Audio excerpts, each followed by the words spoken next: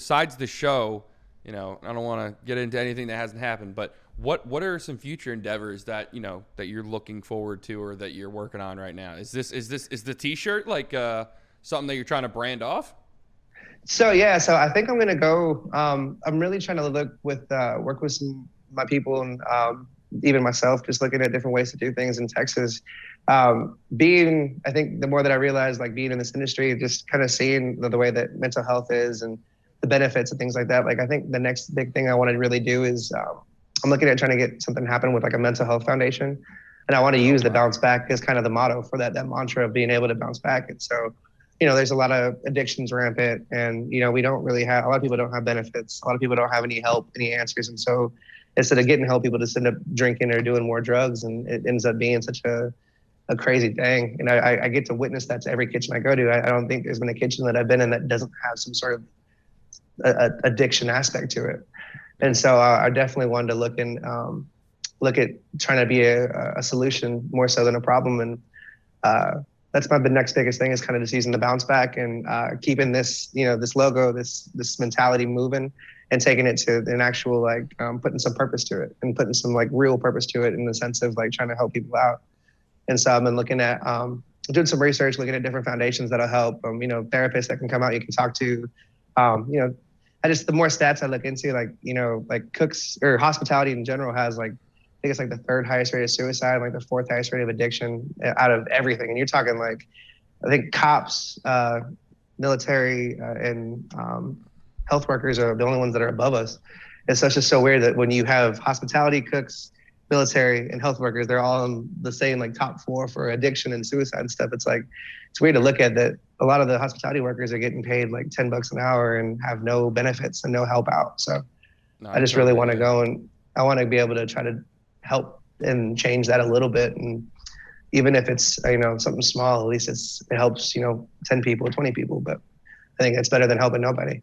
No, yeah, I totally get it, man. I mean, obviously, the podcast name, the Manic Mind Podcast. I mean, I'm diagnosed bipolar 1. I was diagnosed like freshman year of college. I was 18 years old. I was losing my mind, man. Coming from someone who's been through the demons and been through the really, really rough parts. Thankfully, I didn't get any, hard drugs, but like, being in college and drinking a lot of alcohol, you really, really feel that heaviness. And I can totally see the industry that you were talking about being up there, because it seems like, I think Robin Williams said it. It was the people who are trying to make people laugh are usually the most depressed. And I could relate that to somebody trying to make others feel good, fighting for somebody. You see all these industries that have high suicide rates, high depression rates, high drug rates.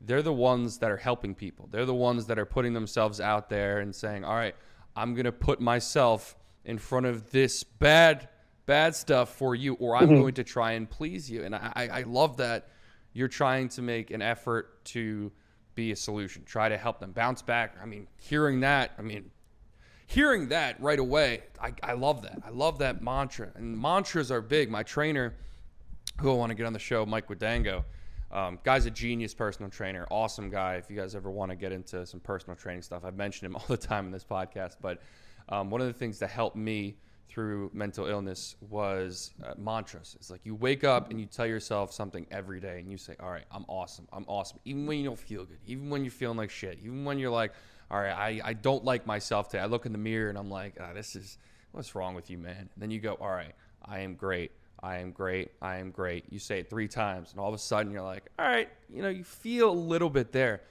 Same thing can be applied with the bounce back thing. It's like, all right, exactly. You're feeling bad today. All right, bounce back, man. All right, I broke my diet. Something simple. All right, bounce back, man. Bounce back. I love that. That is a great mantra to say to yourself. And I'm all about that. The meditation, but mantras, man, those are huge. If anybody who watches this needs help, and you don't want to, I very much encourage you to seek help. If you when you start your foundation, seek a therapist, psychiatrist, all that stuff. But if you just want to do something for yourself, take advice from us, do the mantra, make yourself feel good, man. Make yourself, you're worth something. You're worth something. Exactly.